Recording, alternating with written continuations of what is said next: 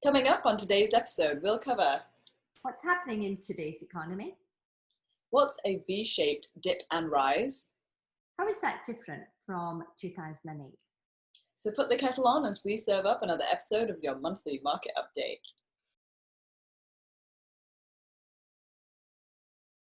Suzanne, what's happening in today's economy? Of course, that's on so many people's minds, so we'll just jump right into the information. In keeping with past pandemics, there was what they call a V-shaped return in the economy. If you look at the graph right here, you can see that every one of the major financial institutions that we have on the graph agree that we're going to have a V-type of recovery. So strong down and strong up. I'm not saying it's going to be an easy ride down, as we've already seen with the incredible amount of job losses and the difficulty that that brings, but it's predicted to be a quick ride down before we start with the recovery.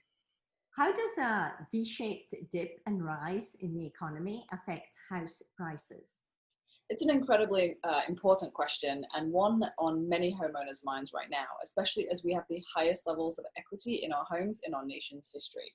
Homeowners definitely don't want to see their equity disappear like in 2008. There's a very relevant quote from Mark Fleming, the chief economist at First American, that says, "Many still bear the scars from the Great Recession and may expect the housing market to follow a similar trajectory in response to the coronavirus outbreak. But there are distinct differences that indicate that the housing market may follow a much different path. And while housing led the recession in 2008 and 9, this time it may be poised to bring us out of it." What about 2008? Is that different from the recession that we're heading into now?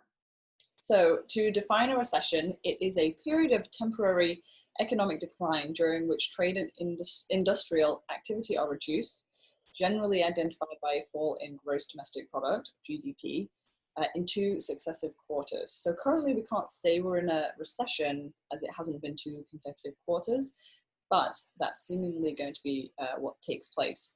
So now, how is this recession that we're in and the 2008 one different?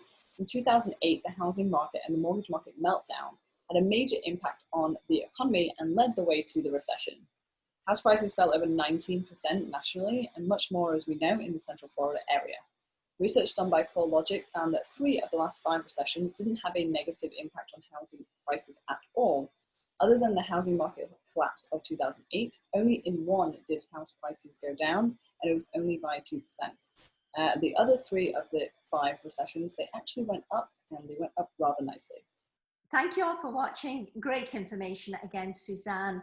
I hope you all enjoyed our market update and stay safe in this difficult time. Yes, and if you're wondering if now is a good time to buy or sell, give us a call or email us today.